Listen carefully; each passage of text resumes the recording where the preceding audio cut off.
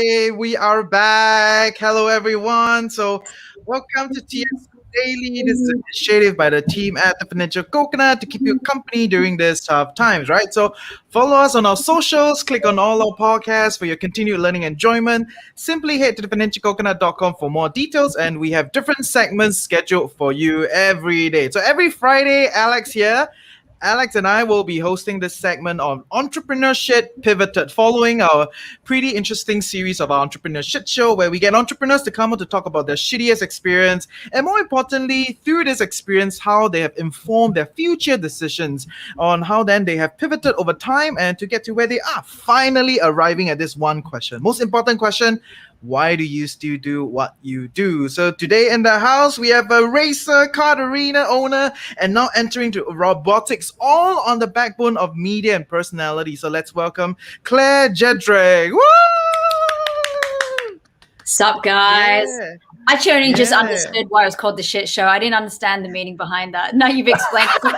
Oh, what's the worst experience? Yeah, exactly, right? So that is the whole idea, because I think in the market there's just so much polished content. Everybody's just trying to talk about the excitement about entrepreneurship and all those kind of stuff, right? And there isn't a place to really talk about the shit. And for I think the other guys are really doing it. It's like fuck up nights, right? But fuck up nights are it's just a shit pool. People are just talking about shit, and then they cheer about their shit, but they don't really kind of distill that process because it is at that moment. But a lot of entrepreneurs go through this whole process. Over time, you distill your old experiences to then kind of have information for you to make future decisions. So that's kind of where we are at in this process. Yeah.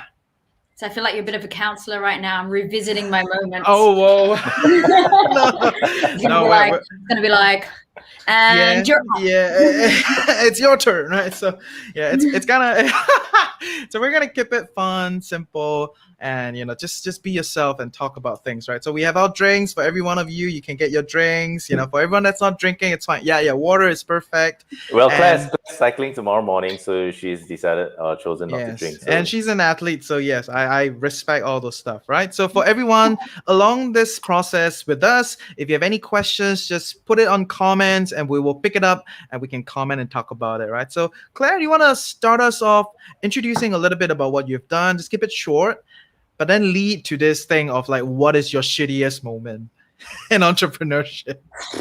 Well, man, that's a tough one. Okay, well, like I've spoken to you guys before, I've really got two sides of me. I've got my own career and I've got the business side where I work with my husband. Career-wise, I've been working in the media, I think, more than 15 years. I think even longer, really, even longer than that, 20 years, I would say. And I work as a presenter, as a host on that side of my life. And on the other side with business, when I met my husband, I basically got into the motorsport arena without even knowing that I was really going to get into that a decade ago. And I can't believe it's almost a decade. It's shocking. It feels like yesterday. And we started the Changi karting circuit way back then with petrol carts. And when I met my husband, who was a friend at the time, that's how it all starts. Yeah, I know. And I do a party. Yeah. And this was in 2010. Maybe this is give us an idea of the year. I basically had come out of a bad relationship and was in between countries, heartbroken, yada yada. And I was just like, what am I doing in my life at 30? Broken. And I just went along basically to a karting event because I was like, I have nothing else to do. And I went there, and it's funny now, looking back, I didn't have any discussions. We didn't have any discussions about working together, which is really weird now. It just happened. He just acquired a piece of land down by the airport, and he was in the process of then setting up this go-kart circuit. So I somehow joined in. I don't think we've ever not worked together from that day on. And it's quite surprising because we're quite alpha people. But anyway, I just got straight into the process of helping him and going through the process. Then in 2015, we opened up the Karting Arena, which is an electric go-kart circuit. We just felt it was an extension of ourselves. Very naively, we thought smart city, electric, it's the way to go. Also forgot the aspect that nobody else had done it, so there were no rules and regulations. And in Singapore, it's always a gray area, as I know now, dealing with the government and dealing in licensing and dealing with BCA and dealing with checks and the whole. It's like lot. 10 different government agencies you have to deal with just to get started, right? It's and they don't talk to each other all the time. Exactly. Yes, they're not trying to make your life hard. They just don't talk amongst themselves. Oh, it's crazy. Right? We tried to install the toilet. And one agency said, go check that agency. One agency said yes, and one agency said no. So, you know, it was crazy. And then we set that up. We sold that last year. And in the background of that, our other company, and it's funny because we never thought of it as a business, but it actually was running in the background, was the Film Dispensary. So that was started somewhere in 2008. And that initially was to help Yui with his racing career because he couldn't find anyone who could do it better than himself of what he wanted for just media and backup and doing marketing for racing. Basically, it's like 80% business and getting sponsorship and putting decks out there and marketing and with the companies that you're involved with, and then 20% is the racing. It's a lot different than what people think it is. And then I got into racing 2013, 14. So I used all the IP to go through my own sponsorship and whatnot. The Film Dispensary was also doing all the marketing and media or whatever we needed under our instruction for the Karting Arena. And then we actually had ad hoc clients here and there. And it was quite swayed to the motorsport world because we obviously had a lot of experience in it. And we had a fantastic CGI guy who's still with us. And he's just phenomenal. He was able to do audio. He was just a one-man band, which is so hard to come by. Trust me, we know. Yeah. We're in this space. We know this. Yes. To do everything, you know. So I think what was cool is that we've been working with this guy for like over a decade, and then it was stoked. He married somebody from here. And then we were like, yes, because he's Australian. We were like, he's staying. He's definitely staying. That's employee engagement there, right? Employee engagement. Make sure your employee marries someone local and they will stay. Exactly. But he's a true artist, this guy. He's amazing. A bit of attitude sometimes. I used to get so mad at him. But yeah, he's honestly the best guy there. So yeah, he's been running the background until even to now. And then last year when we sold the Karting Arena, we were already playing with the idea. When we sold it, we were just, it's customer service. It's, you're dealing with hardware, staff management, yada, yada, and stuff like that. And that's just a whole nother realm on itself, just crazy stuff. And we're just like, well, after 5 years, it runs, it does it. What else? You know what I mean? What else beyond that?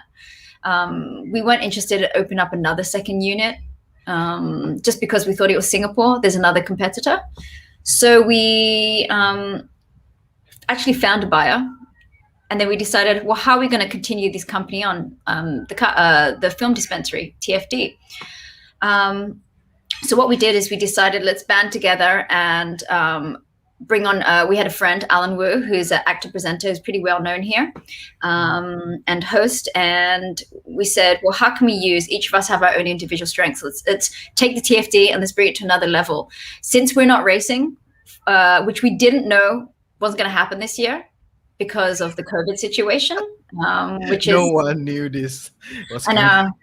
This year was supposed to be my comeback again after my second kid, but you can come back again next year. Come back to your third kid, Claire. Yeah, it's like Tokyo 2020 and 2021 got cancelled too. So yeah, I know. Yeah, I was like realistically, but yeah. So then that happened, and we're like, okay, you know what? We also feel like we want to keep Mitch engaged and do something. So we decided, let's go out and let's just try and hawk lots of other clients. And we've got the tools, we've got the guys, we've got the people, we've got the network. Let's just go out there. And And my husband actually met a really cool guy randomly at a random meeting somewhere. And he came back home and he's like, you got to meet this guy. He's just really interesting, Singaporean guy, owns this like cable company and robotics. And I don't know what it is, but I just want to work for him just because of the way he talks and the way he does things.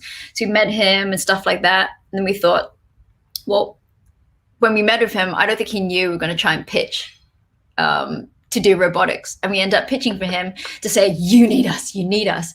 And he was going to be one of our clients, one of our many clients, but it's ended up taking a whole different realm of its own because smart city is such a huge thing right now. And they're so advanced. This guy had dropped millions of dollars in his technology over the last like 5 years, 6 years. And he was in serious business. And it's just been a crazy ride for the last year. I forgot to mention as well, along with the TFD space, we actually had an office, which is in a building owned by Yui's family for 70 years. It was his doctor's. The reason why it's called Film Dispensary, because his grandfather had a clinic there for about, I think it's been in the family 70 years. His grandfather passed away like 2-3 years ago. He was like 103. It's called the Chow 103. Yeah, he was a drinker. It was awesome. He was such a dude. Cheers, guys, for everyone listening. Cheers. I was going to ask about the name already, Claire. Yeah, I know. So it's really that, cool. yeah. So the Chow Dispensary came from. Oh, sorry. Oh, okay. You don't know how to respond to that? It's fine. The Film Dispensary came from the Chow Dispensary. And that was the name of the grandfather's clinic on Havelock Road. So that was the name where it's taken from. So we had our office on the second floor and the first unit was empty. And basically Boodles, the organic Boodles. Farm to table place, said they wanted to rent our unit downstairs. So we kind of panicked because they wanted upstairs as well. And we said, you know what? We're going to keep it because it was for like a 7-year contract. Let's keep the office, do it really nicely, and make it a private event space. So that's also part of TFD. We've made it a private event space. We've had streaming. We've had a private wedding during the COVID. We've done like smaller events, dining and stuff like that. And we thought, yeah, let's just maximize this opportunity. I mean, it's easy. It's water off our backs. Cool.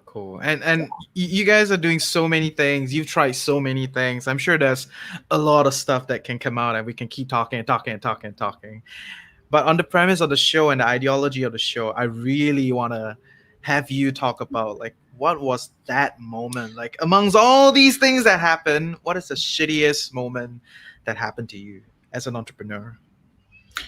I've got to say something that's really kind of played with emotions over time was setting up the Karting Arena. I think we just had it was more of the emotions of dealing with people. I think with a company, when you have, we weren't a massive company.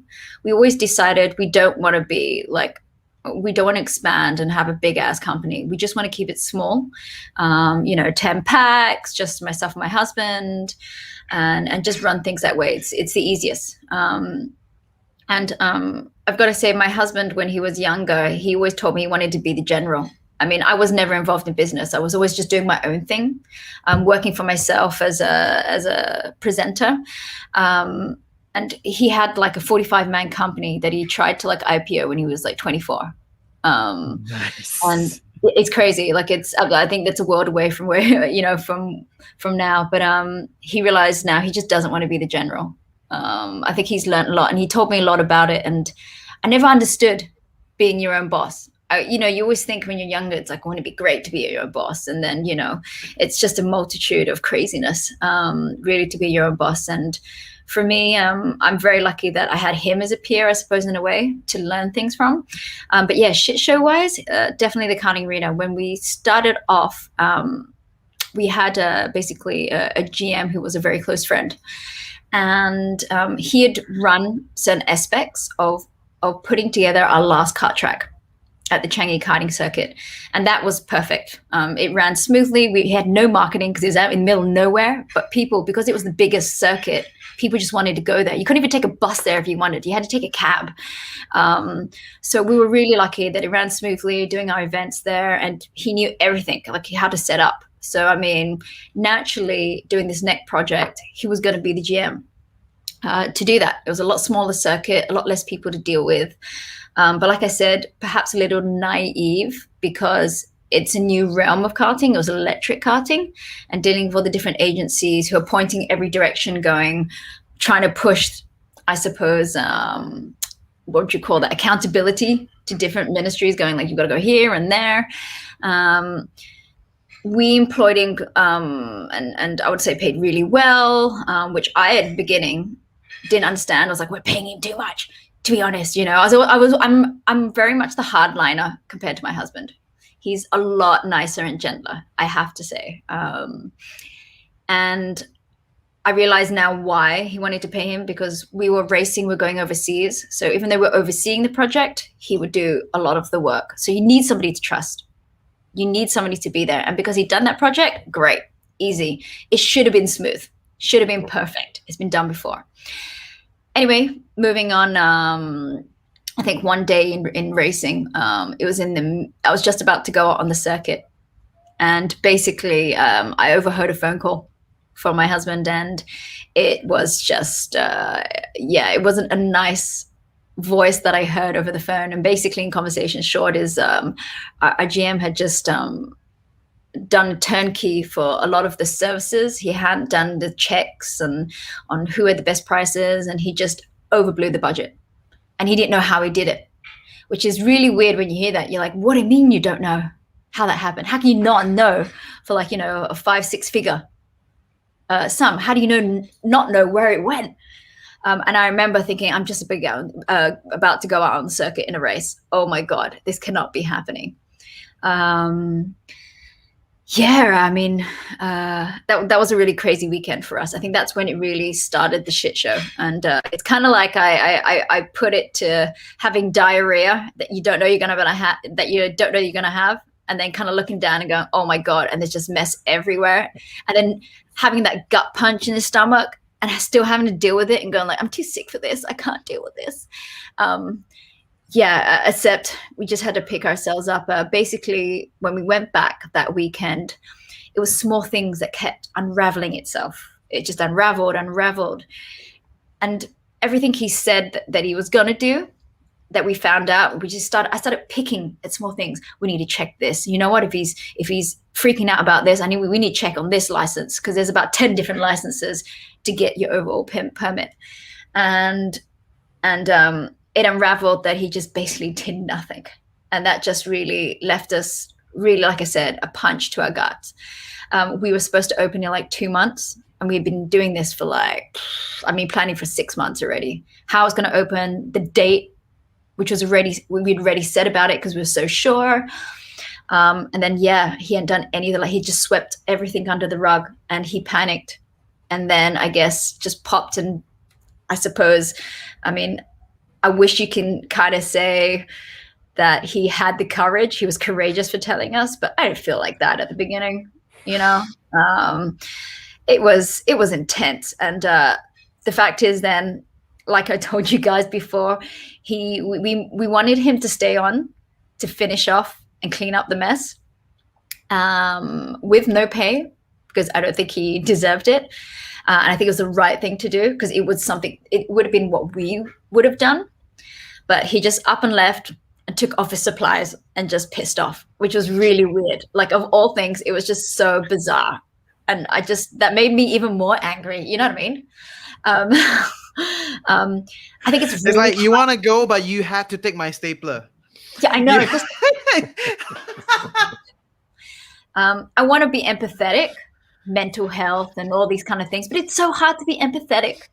You know what I mean? In situations like this, when it's dealing with personal money and stuff, this was a venture we decided not to get any investors in. We decided this is going to be wholly owned by ourselves, unlike our previous kart track. So he just up and left and disappeared and fucked off. And started saying things. We started hearing rumors of him saying things. And for us, we were like, we didn't have time. We basically had to crunch 4 months work or 6 months work into 2 weeks. It was absolutely insane. I remember doing 3 days nonstop of work just to put together all sorts of information and go find out what he didn't do, which was a lot. I can't even say panic was there. I don't know. It was so crazy. All we knew we had to do is we had to get it up and running. And to me, I think that was the hardest time. Even asking myself, why did he do this? Why did he not say anything if you find it too hard? And that's the hardest thing for me in business is people management. For me, it's really hard to control other people. I mean, it's very hard to control your environment because you can only control yourself. But I mean, I think people are the factors that make it so hard. I think hardware is hardware. If it doesn't work, it doesn't work. If it's not there, it's not there. That's the answer. But people, man, there's no way you can see this stuff coming. It's hard. And I think also because you were not present geographically, right? You were not in the space. You were not even in Singapore. You were always in and out. So it was definitely very difficult. And anything that he was reporting to you could have been things that he said he was doing or going to do, but it never actually got done. Yeah. And the thing is, I think because the belief is there because he was able to do it before and he didn't crack under pressure. Who knows why? And I guess in hindsight now, it doesn't really matter. It doesn't matter why, but it does make you think like how, what, why, what happened, And that's the part because it is one thing to work with somebody for the first time and they fuck it up. And then you'll be like, okay, this is a bad person. We'll not work together again or until many things change or something like that. But it's another thing to have trusted someone and then take them on to a bigger role to do something that you trust them even more to do because you're physically not around. And then they messing up. So that's the... And the all famous line that Reggie will know, right? Don't worry, bro, I got it settled, right? Don't worry, bro. Did he at any one point say, "Don't worry, bro," to Yui? Don't worry, bro, I got it settled. I'm sure he would have said something. I mean, like I said, it's a weird situation for somebody to crack in that way. And I think I felt very emotional at the time because he was a long-term friend, and Yui always had his back, like always. And he always wanted to make sure that, like, if anything, he would be employed. And he was just always going to be there. And for that to happen, I guess, you realize, I remember actually what he said to us at the end. I never forget. His conversation, there was a one-liner that says, well, you know what? It's not my business. It's not my problem. That was like how he kind of ended off as like I know, like I wish I could zoom into your face, but it was like, that was like one of the liners I remember him saying. I remember just having fireworks, just going like, what the, just say, like, say it again, bro, say it again. Like, like I remember yelling in the house, saying stuff like that. But, then I guess it's hard after situations like that to trust someone, to trust people, because if the people closest to you are doing that, which sucks, but I mean, yeah, it's truth. It's real life. There's no reset button. It's not a game. It's real life. And at the end of the day, you know what? You know what's true? It was our problem because it wasn't his business. So it's easy for him to just drop it. And it's hard because it's, I guess, you know what I mean? Morals and all the moral compasses and stuff like this.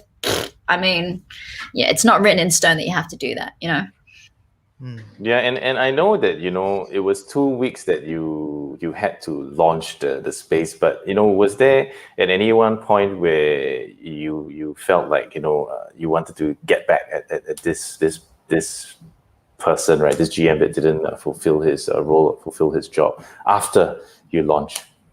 No, I mean, I think on the day itself, I said something about slashing his tires. But other than that, like, I could feel it. When you were talking about it, I can really feel it. I can feel the rage. Yeah, it is still there, and I totally get that. I mean, to be honest, I'm totally over it because I'm like, this person really means nothing to me. It really means nothing, and I think it wasn't personal. I think that's one thing you go through. It's like, a bad breakup. You're like, the emotions, and you come back down to earth again. You think, it wasn't personal. And you know what?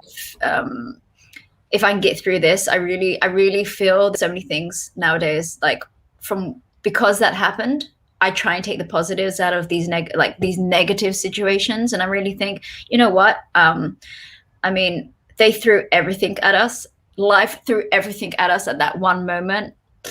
Everything's easy now. Like, it really is a panic slowly situation. We can get through it. It's easy.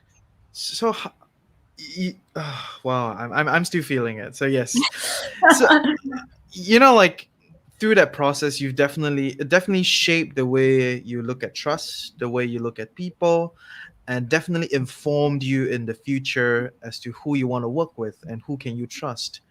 So how did that phase of life and that phase of business informed how you pick your partners now, and how do you trust people now? I mean, I think very much who we go through. I mean, like the people that we work with now, I can say when we formed like this, I think they've always been such blunt people in their own ways. Like when they say it how it is, and they don't have this fear in them, and they are able, as I know, to admit if they've fucked up. And I want to say, I don't like to talk about the word accountability and stuff like that, because accountability to me means governing government, and I totally think the way we run things is totally not like that. We're pretty easygoing, but I definitely, I think it's from the very beginning, seeing the person's like character. They never sugarcoat anything. They tell us how it is. They never really truly get super offended and do anything back to us or say anything back to us, like out of vengeance or being malicious. It's always a hard process because you're dealing with people again. And I think that in some kind of way, you have to let go a little bit, though. I mean, if you're always going to be not trusting because it's happened, then you're just going to go through life like micromanaging, and that's the most tiring thing in a business, because you don't want to micromanage. You want to have the best people for the job, let them get on with it so you can get on with other things in your life. And that's the way we set up our business. We set it up so we get the best people for the best job, who are better than us, who we can learn from, who can do their own thing, who have autonomy to work ahead, who can be great for the company, make executive decisions on behalf of us. And really, it's about teamwork. I think for us, it really isn't about who's a boss. For us, in a company, of course, we have strategies and stuff like that. We will bring things together, but we all have an autonomous road, an executive decision for ourselves to be able to go out and do our own thing. Yeah, we're like 4 limbs on a body, really. Nice. So then, with that, why do you guys decide to work with your current partner at the robotics company? Mm-hmm.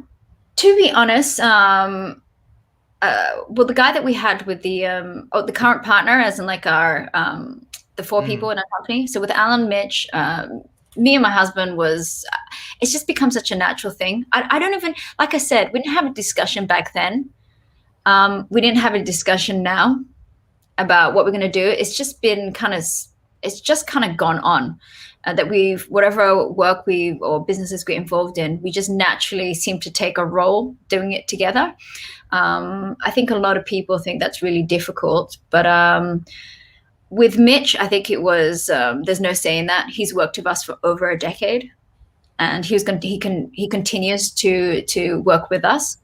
And I think he's quite, as much as we never say things like we love you and you're our bro, we don't have that kind of relationship. We don't go see each other. We don't hang out with their cats. They don't come to our house and to the pool. But he is family. There's like an unspoken thing. You know what I mean? With Alan, I think he's been such a good friend, and we've seen him through the years, and he's seen us through the years, that I'm sure for him it's a risk. And for us, it's a risk. It's both ways. But I think we actually enjoy each other's company enough and respect each other enough to be like, yeah, let's do something together. We have enough, I guess, tools to be able to grow together and do something cool. Nice. Nice. So then in this with this 4-man team, you can do a Yeah. lot of stuff, Mhm. right? And you can choose all these different things that you want to do. And Mhm. given current situation, we all understand that many people are locked at home and a lot of businesses are in a shit show, right? Mhm. How did you then decide where to go with your business? It's a funny thing. I can't, my own personal life, I can't really say that it's always been the hardest thing. I feel like people always say you need a plan and you're going to be lost if you don't plan and do this. I mean, a decade ago, I didn't know it was going to be motorsport. I can't really say where I know I'm going. All I know is that all of us are just really good at being able to transition and taking our strengths and flipping it to whatever job. I think that's our strength. Our strength is being able to individually be able to mold ourselves to whatever anyone wants us to be. I think if you're a salesperson, if you're a marketing person, it doesn't matter what you're selling. It's all the same. I mean, you see that. Look at football teams, and if you look at sport. No, seriously, look at sport. They're heads of like banks and this and that, and they're just, you know what I mean. Sometimes it works, sometimes it doesn't. But they end up heading sports teams, and they came from different different areas because it's about it's using their strengths of leadership. So I think for us, our best quality has been able to shape shift. And in this time, we didn't know we were going to work in robotics. I mean, who can really say that wasn't our aim? We just knew. You were racers. You're not robotic people. No, we're not. We're not. But I mean, we came from electric go-karting, and to be honest, our vision back then was that it's such the new and upcoming thing. It's electric. It's charging. It's the future. We definitely had some depth to think like it is the future. Let's invest a little bit more because our cart's like 20 G's compared to like 6 to 8 G's for petrol. There's a lot of money to invest in something which people are going to bash around and crash and we have to keep fixing. So for us, I think we did have a vision because it was in line with what we thought, precision, perfection, and all these kind of, passion, all these taglines that we had. So when we got into it, I feel like it wasn't that far from what we already knew. It's funny because electric vehicles, robotics itself, electrics, battery life, all these technical things, me and Yui really know it because we had to deal with this in electric cars. And I think all the ongoings of industry with charging and stuff like this, we actually had this knowledge already, and understanding of what the difficulties would be with the industry. Of course, now we've learned a lot more dealing why people have robotics and what they need it for, and it just it definitely surprised us.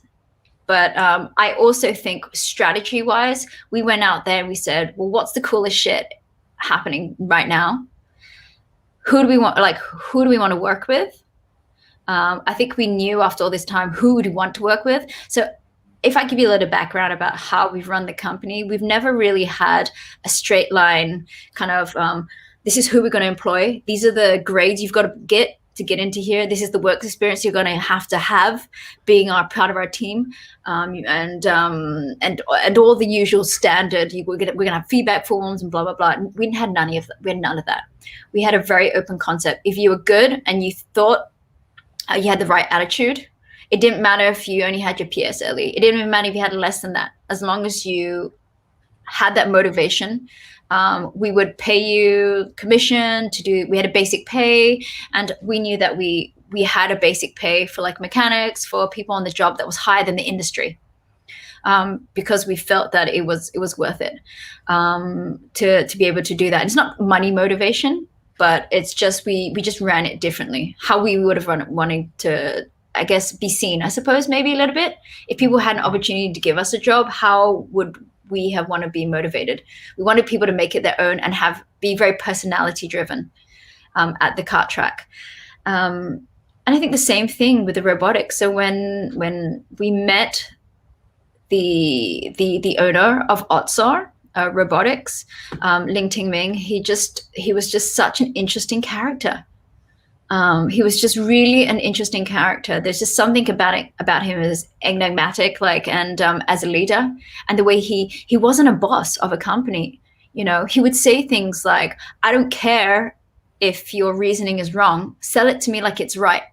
You know, and it doesn't matter because I just want to hear. I want you to, you know, his vision. He has quite an outward box way of doing and seeing things that sometimes you don't see coming at you. And he was just an awesome person. And you don't meet people like this every day. So when you do, it's kind of like, you know what? You have to be like, I want to work for you. I want to do stuff with you. You've got a cool vision. And we really believe in what you do. Yeah. And really, I think when we met Otsar and pitched them to be their marketing team and to work with them, yeah, it's honestly been the most rewarding, almost 6 to 8 weeks away from a year working for them. It's really been quite life-changing for us. Yeah. Nice. Amazing. Share me more a little bit about how do you manage your relationship and work, because it sounds like there's no problems between you and your husband, and then like you can just work together and then you can live together also, you know. But the classic nuance idea out there is like, no, don't work with your spouse. All right, so you know, I want to hear your view, and you know, how do you guys do this? I have to, you know, there's lots of checks and balances you have to do in yourself. It all comes back to ego. I think it's all come back to ego about how you want to handle your own life, handle your life as a team, handle it as a company, handle it for an external company. I kind of like break it down into things like this. How I want to handle my own life. We have found a system very automatically. If I go back right from the beginning, 1 year into our relationship, it was like basically a make or break. It was like, you know, we were saying things to each other we didn't mean. We were nitpicking. I felt some ways that he was doing things that it always had to be his way. Or actually, he was very polite to me. He was always a very polite person, asking me nice questions. But this was personality, and I think it's how I've been brought up to be suspicious, like, you know, part of it. Of what people meant. What does that mean? You know, I'm very good at having orders yelled or barked at me and going, okay, I'm going to go do that. So when somebody's nice, you kind of go, what does that mean? So he'd ask me questions like, well, who do you think should meet that person? What do you think we should do? And I'd be like, is this a test? Like, you know, are you trying to fish for information? I was like, I don't understand. Like, I'm the marketing person, therefore they'd be meeting me as a point of contact. Like, is it, like I said, it's a test? Like, what's going on? He's like, no, it's polite to ask. And I'm like, what?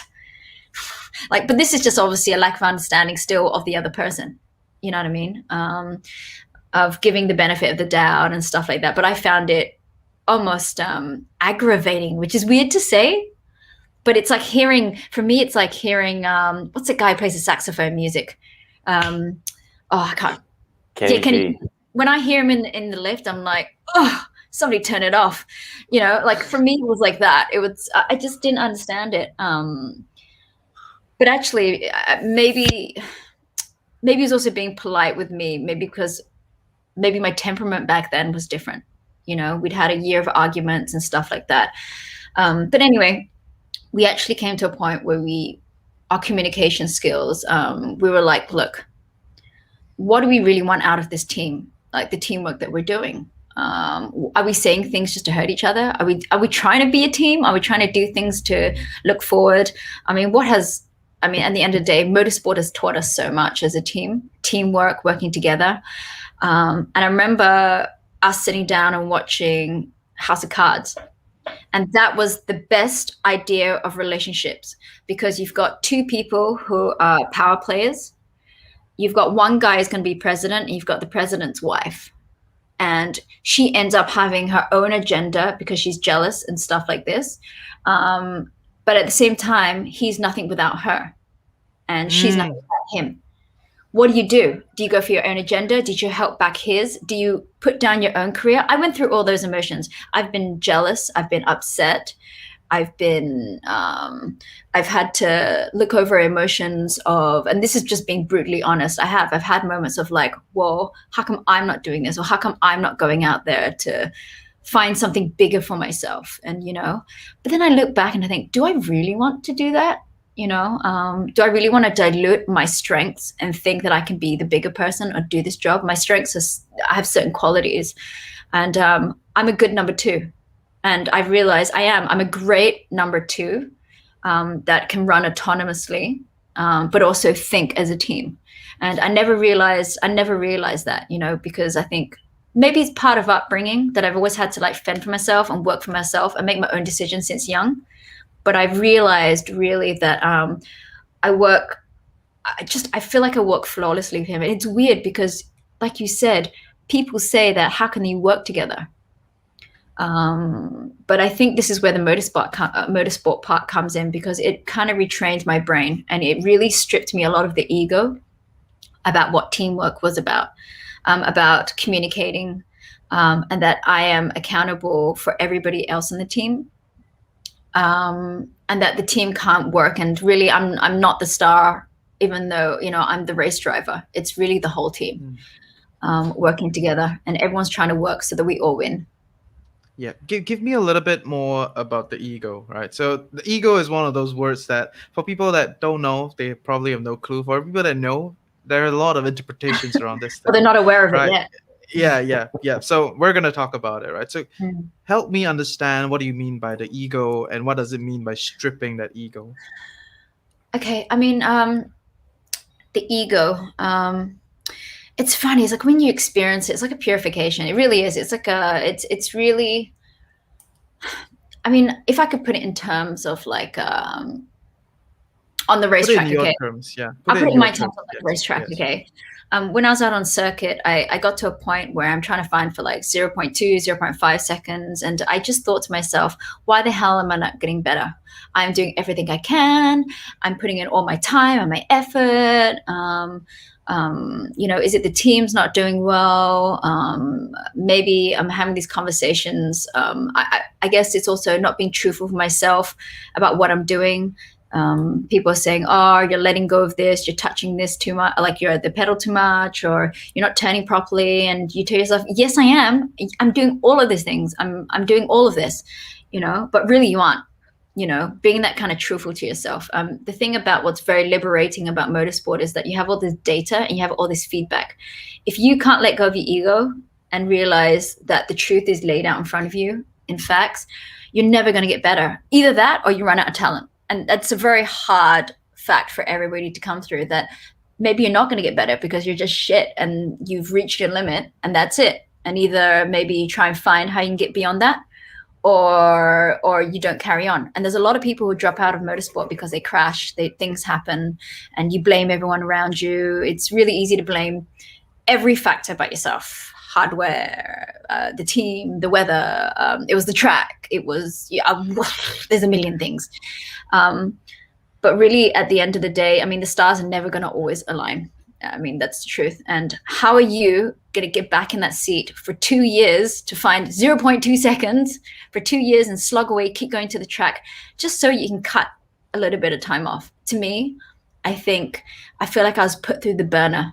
I feel like sitting in that suit, in that fire suit, in 50 degrees in my car for the first 2 years really stripped me of some kind of ego. I'm not saying that I don't have it. It can always reoccur, and there's things that bring you back down to earth.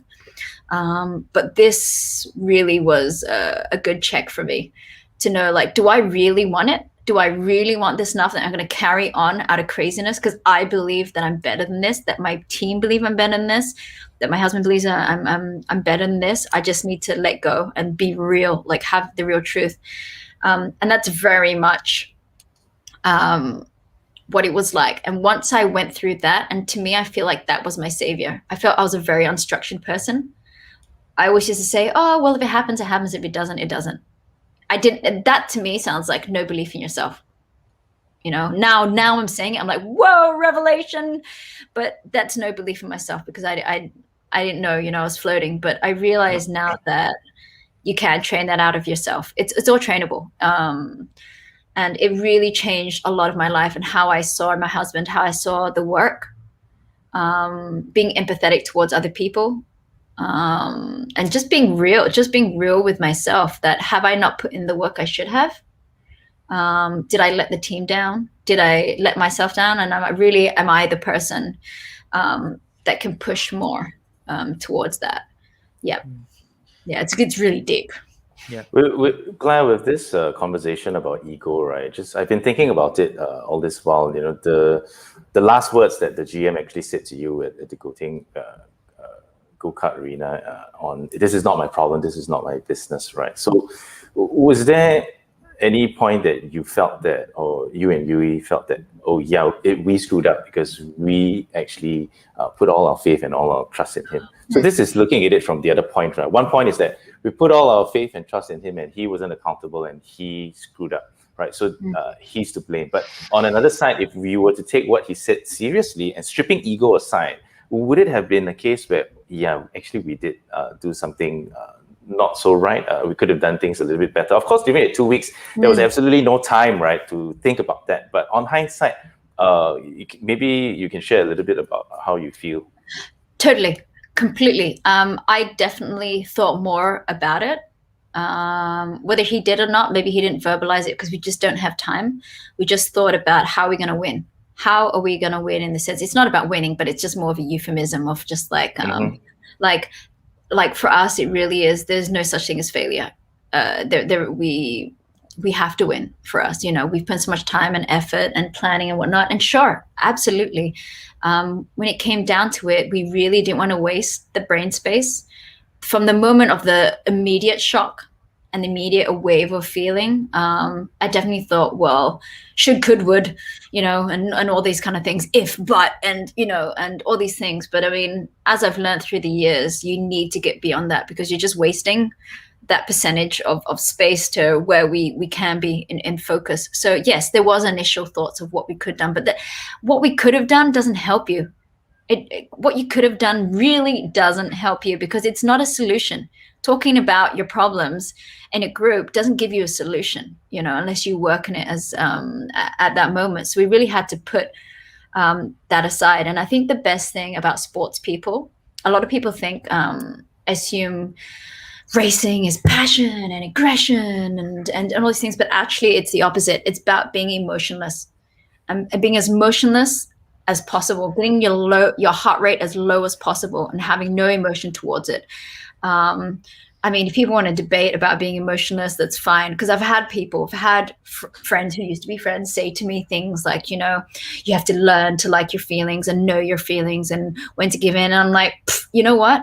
I feel like I've done that. I've been there. I've been through my roller coaster emotions, and it was fucking tiring. As a person, it was tiring for whoever I was with before, and probably that's why we didn't work out, and I'm accountable for that, and I realize that, and I've apologized for that.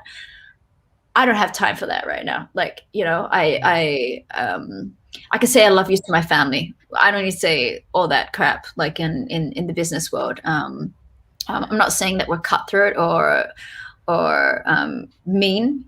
It's just being factual, getting done what needs to be said, what's necessary to get through that hurdle and just get to the winning line. We're not thinking about hurdles. You know, we're just going to think, how are we going to get there?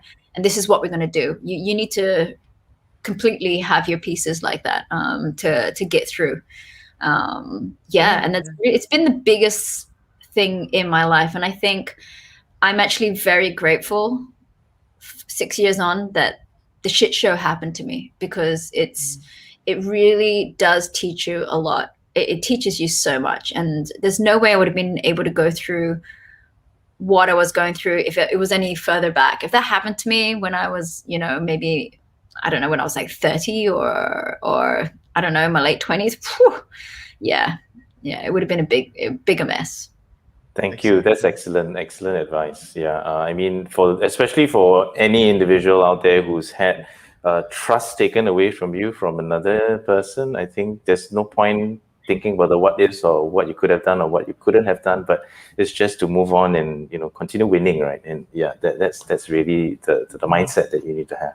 Yeah, well, I Thank mean, you. one day we look back and we laugh at it. We really do. We do. We look back and we're like, oh my God, that was so crazy. How did we get through that? But, we can laugh about it now, 6 years on, because it all worked out anyway. Exactly. So whatever. Thank you. Thank you. Exactly. And when you were talking about being an athlete and just putting emotions all the way down and just kind of grinding and going through this process, I thought of this book, The Hard Things About Hard Things. I'm not sure if you guys read it. It's just next to my table, so I decided The Hard Things About Hard Things. Yeah, the truth hurts. So it's by Ben Horowitz. He was the founder of Netscape, and he was talking about this. He was talking about if you're scaling a business and you're doing all these things, that it's very difficult to hire people because you're in new space, you're doing all these new things, you don't have exactly the right talent out there yet. So there's no right fit. You're in a new industry. What do? You hire athletes because they will do the grind and they will just kind of do it because that is all they do in their life as an athlete, right? And next bunch of people you hire are musicians because they will find ways to find the patterns around to make things into a melody and make it beautiful because that's all they do every day, trying to find patterns and make it work. The third kind of people you hire are explorers, these people that travel around because that's all they do every day. When they travel around, they see different things, they have to acclimatize to new places. Yes, exactly. So if you cannot find the right hire for the particular job that you want, look for athletes, musicians, or explorers, right? I think when I read the book, I was like, yeah, I agree, I'm an explorer. Woo! Yeah, cheers to that. Wasn't there a quote somewhere, or was it one of those fake quotes that Bill Gates said that find a person who's lazy because I find the shortest way to do it? Like, Yeah, I know. I was like, that's so true. Yeah. No, but you know that's the thing about these kind of quotes. Sometimes they sound very true on the get-go, but then you think back and you ask yourself, how do you do that? All right, how do you really make that work? So there are a lot of these kind of quotes shushing around, but how do you make that work? And one of the things that you talk about just now was be real. You're saying these things about like being real to yourself. It's easy to say, right? It's easy to say. Exactly. So I want to ask you, like, that's why I want to ask you about what was so unreal before that you will call yourself real now. I mean, I was never really a person. I mean, I suppose you go through your 20s. I mean, I had a terrible time at 20s. I really had a terrible time at 20s. It was just something which I don't enjoy. And I always feel very emotional about it because I felt the struggle was real. And your perception of life is so different. I used to honestly think people who got there were so aggressive, like people who maybe there was a certain job I wanted and I would fall into the trap of what people said. It's very weird because it's very ironic because I was a person who always went against the grain, who did things against the grain, not on purpose, but I just chose alternative things for Singapore because it's just very different. Maybe it's not so different wherever else in the world, but as a person who always did things a little bit differently, went against the grain, I tended to get sucked in to the boxes that people put other people in. If somebody was up there, I'd be like, yeah, they're so pushy, they're so aggressive, that person, I don't like the way he does things because he's pushy and aggressive, or yeah, they must have slept the way to get there, blah, blah, blah, blah, blah.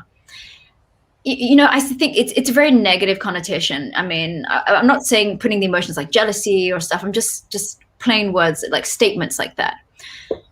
Now I'm like, you know what? So what if the person's pushy? How else would you get there? If you don't ask for something, you're not going to get it. You know what I mean?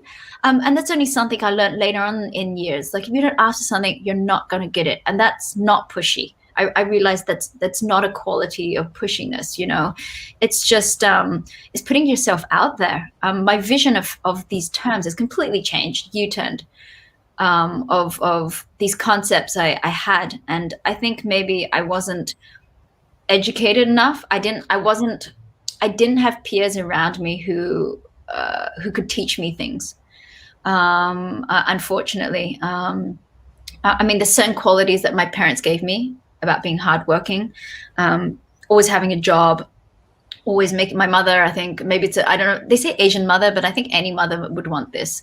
She'd always be like, always have your own money, don't depend on men, and it's funny, it comes from a person who's been married for like 48 years, but she used to sneak this and say this to me. So we'll always be like, I've got to be independent. But you know what? As I've gone older, I'm like, it's okay to have help.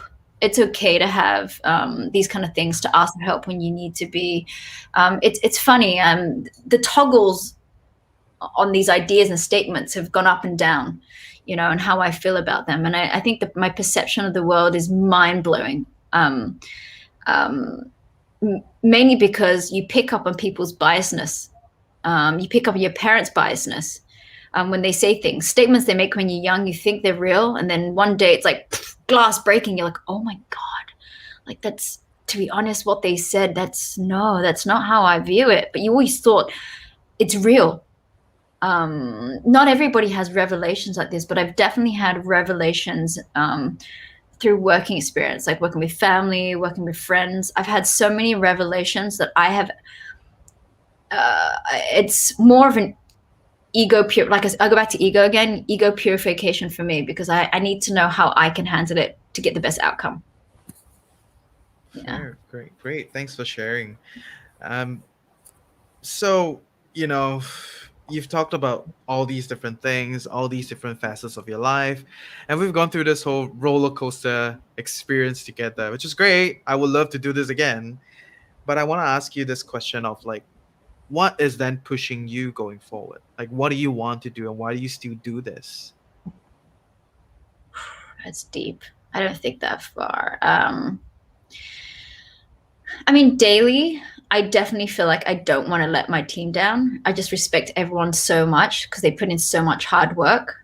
And also, I want to personally see Otso be the best company out there. I mean, what I do now for like marketing wise for like TFD, and it's not anything to do with, because I want my company to be the best light and stuff like this, and my work to be the best. And, I'm not reinventing the wheel. This is stuff which is already out there. But I mean, I definitely want to see this company succeed because I respect the person who's leading it, who's up there. It's technology I really believe in. It's an industry which, going forward in the future, I want to see. I want to be part of. I didn't know I want to be part of it, but I do want to be part of it. You don't know these things until you come across it. And it's funny because, I've gone so much white noise in the past when people used to be, I've had everything. You're only motor racing because your husband races. And I'm like, well, yeah, that's true. How else would I be in motorsport? Duh. Like, Yeah. Yeah. How did we get here? I've heard it all. I've heard old friends who are not friends now, who are, in conversations say she's only driven by her husband pushing her and stuff like that. I've heard everything, and I'm so within myself. I'm like, whatever, like, you know what I mean? Like, I can have a laugh about it and gossip about it, but I don't feel that affected because I know what I've put in. At the end of the day, for me, you don't have the opportunities unless somebody presents it to you. It's very hard. It is. It's getting harder and harder the chase is always there to be unique, to be different, and stuff like that. And maybe as I get older, I don't want to be super different because, I think it's so easy to keep chasing a goal or something and feeling competitive against another person. I really don't want to do that. I think I spent a lot of my 20s being competitive against other people. And actually, my husband said something really realistic to me, and I've never forgotten it. And I don't know if he would have remembered that he said it to me. He'd be like, if I told him now, he'd be like, did I say that? But I remember back then when so I've always done fitness and sport. And when I came back to Singapore, I always went back to that because that's always been the basis of personality. It's innate for me. And I didn't really know because, a decade ago, sport and fitness wasn't a big thing for females. It just wasn't. It's like, I always say, it's like having an app, but you don't have Wi-Fi. There was nothing there. It's nothing to connect to. It's right time and right placing, right? Sometimes it's like that. And now everybody freaking does it. But at the end of I started feeling competitive about building a community. I was doing my blogs and pages, and I was taking photographs, I was writing for like magazines, I was being a sports person, I was being on TV, I was just doing this whole multitude of things. And then one day he said to me, he was like, well, why are you building a community? Or why are you trying to push your fitness thing? Are you going to become an instructor for a community? Are you trying to be like, if you're doing these classes on the side and wanting to teach people, what do you really want to be? He was like, do you want to be a gym instructor? Do you want to be an instructor to build a community? Is that what you really want? To start a business doing that? And I was like, no. And I was like, pow. I was like, holy shit, what am I building a community for if that's not what I wanted to do? And yeah, it was that to me kind of like put out this fire, not in a bad way, but a fire of like this stupid competitiveness of like what I wanted to do. I was like, what am I doing? Why am I feeling competitive? And really, I realized I'm diluting my strengths, my capabilities to try and be all these things because everybody else was doing them. And I felt like if I wasn't doing it, I was missing out, FOMO. But really, I was just diluting myself. So I stuck to the two things, just fitness and the presenting. And I found motorsport, which was the good thing for me because I speak fast. And it's always been the one thing which I think even in hosting, people used to say to me, you speak too fast. You need to slow down. You just, and I found a place where I could say stuff on the run. I could speak fast because that's what was needed. So right time, right place. Yes, absolutely. And instead of saying, well, she's doing it because her husband, I'm very much like, thank you. Because I would have never found my calling and found the structure and my own forms of religion in that way if I did not meet you. I would not have found enlightenment in that way to be who I am now, to find that growth. I would have never found it, and it takes a person. I see him very much as my peer, and I'm very, very thankful for that he wants to teach me. Yeah. Shout out to husband. Nice. Yeah. Really cool. I think it's really cool. I mean, he really is my best friend on my worst days and on my best days. Definitely a power couple. Yeah.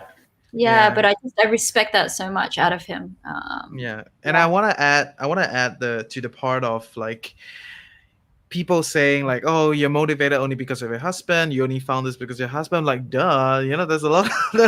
You do a lot of things out there because you explore and because someone else came into your life. It can be your husband, can be a good friend, can be someone online or what have you, right? You need external factors to kick you somewhere. Right. And we've come so far as a community, as the Peninsula Coconut, really because all these other people were just asking us to keep doing. I was like, oh yeah, keep doing. And look at where we are. It's not because like I really want to do this, you know what I mean? I think when I was talking about jobs and innate qualities, that no matter where you go, it's going to be the same. Like you just you be able to put your tools into whatever aspect. I definitely feel because I've always had that. I'm a person who pushes. Of course, I don't, if you're talking about like failure and stuff like that, I'm a person who just, when I pick something, I pick it because I know I'm going to follow it through. If not, I don't touch it. That's very much my personality. It's like it's very black and white in that way. Yeah, great. And I think it's interesting because despite people like saying all these things, people like, oh, motorsport. To be honest, if it wasn't motorsport and it was something like, I don't know, cutting grass competition or being the best in the world for like, I don't know. It's something ridiculous. I would have done it. You know what I mean? Like I think it's just an innate quality. I would have, if it wasn't motorsport, it would have been something else. I was a bit of background. I did extreme sports for 10 years. I was aggressive inline skating. I've always been in competitions. I've always been a competitive person. And I think it doesn't matter what you put me in. And motorsport just happened to be there. I was like, great, I think I can do this. It's a challenge. Let's do this. And it was exciting. It was new. And I did it. So it wasn't so much about like, you know, like I was doing it because of someone and blah blah blah. Yeah. I heard that for ages when I was skating, because you have boyfriends when you're younger and skating, like she's skating because of him. But you know, you hear all these things, you know what I mean? I was like, it's weird. I've just chosen things that are male dominated. And it's not because I try and veer a little bit away from the female thing, only because the things that I choose is not that women are how do you say? It's just interest wise. Just less women are interested in it, and the barrier of entry is higher. It's the truth. Not many people were into skating, into hitting your tailbone, people break their legs and stuff. Like some people are not into that. And I was just into it, and I digged it, and I dig the music and the scene and stuff like that. So I did it. And I also had parents who never told me, I don't know if you'll be any good at that. To be honest, they, no matter what I did, they will always come to like my competitions and sit there. And then it was breakdancing, and then it was doing something else, and you know what I mean? Yeah. Great. Supportive parents. Shout out to parents too. But yeah, I think, thank you. We had a great time. You know, a lot of discussion, a lot of good pointers, and I really want to take your time and thank you for everybody. Right. So thanks for spending time with us. Stay tuned tomorrow. Thanks for coming on the show. Right. And we will. Reggie, I've got one last difficult question for Claire though. Okay. Yeah. Since we are already here, we are already over time. Let's just do one more question. Yeah, so I mean, there seems to be many things that are going on, right, from motorsports, which is you're supposed to make a comeback. You've got your presenting work, you've got hosting to do, and then now there's Film Dispensary, which is going to be big in the next couple of years, right? So if push comes to shove, right, you know, what's going to give, or are you going to just try and do everything all the time and all the way as much as you can? I know my limits, physically, mentally. I had a burnout 3 years ago, so I know where I shouldn't go because I was just doing too much. I was flying in and out. I was tired. My body just went kaput, and I didn't really understand that very well, just from lack of sleep and just craziness. So I think I know where physicality lies for what I can and can't do. And really, for me, it's about scaling back. That's my actual future goals, about how I can scale back, and I don't think I will be that sad if I had to give one thing. I mean, I can't give up parenthood. It's too late. You know, can't stuff that back up for me. But I mean, that's a constant. So that's a given. You know, so, and I don't feel like I've made any sacrifices. I think I have to look back and think, if it really is the end of motorsport for me, at least I'm still doing presenting. I'm still doing things of automotive and being realistic. I've thought a lot about it in the last year. Is that what I want? Because I revisited how much time I spent in Malaysia. It's ridiculous. I spent just every weekend. I spent every weekend at Sepang. Just hours. I mean, we're talking about 12 to 16 hours in a garage. It's not fun. It's not fun. It's tough. It's tiring. It's grueling. Do I want that again? Can I do that again? Can I give that up? Do I have the amount of time? I don't want to stretch myself thin. I think the one most important thing that me and my husband have found, we were so scared that we didn't have the motorsport. And I was so scared if my husband didn't have the motorsport, because I don't know him without it. I met him, and he's been always in it for like 15 years to 20 years. Who is he going to be? I was very scared of that. It's the truth. But I feel like there's different races in life. There's so many other things that we weren't able to do, like staying home. I'm out of the country every 2 weeks, usually for the last decade of my life. That's insane. And I've had to give up the time with my kids right now going overseas. And I made that choice because I enjoyed it. But there's so many other things that I've been able to enjoy now. And I think really looking forward, man, possibility wise, there's so much more we can do, because that part of life, maybe it's ended, maybe it hasn't. I don't know. But yeah, I'm just gonna, I'm happy. I'm happy where I am. Nice. That's what we want to hear. That's what we want to hear. Just being. Yeah. Thank you. You're welcome. Thank you. Thank you thank you. I'm gonna close it here today. Okay. So we can continue to have a lot more discussion as we go along. You can continue to talk to us on the comment section, join our LinkedIn, wherever you are, right? There are many places that you can connect with us. And so if you wanna see other content, stay to our YouTube or head over to financialcoconut.com. Okay. So Entrepreneurshit now is live on YouTube and just kinda have fun. So I want to thank Claire. Click and subscribe for more boom boom, right? Whatever, click on the bell. Dude, we're like 3 content creators here, right? So we're so used to all these kind of things.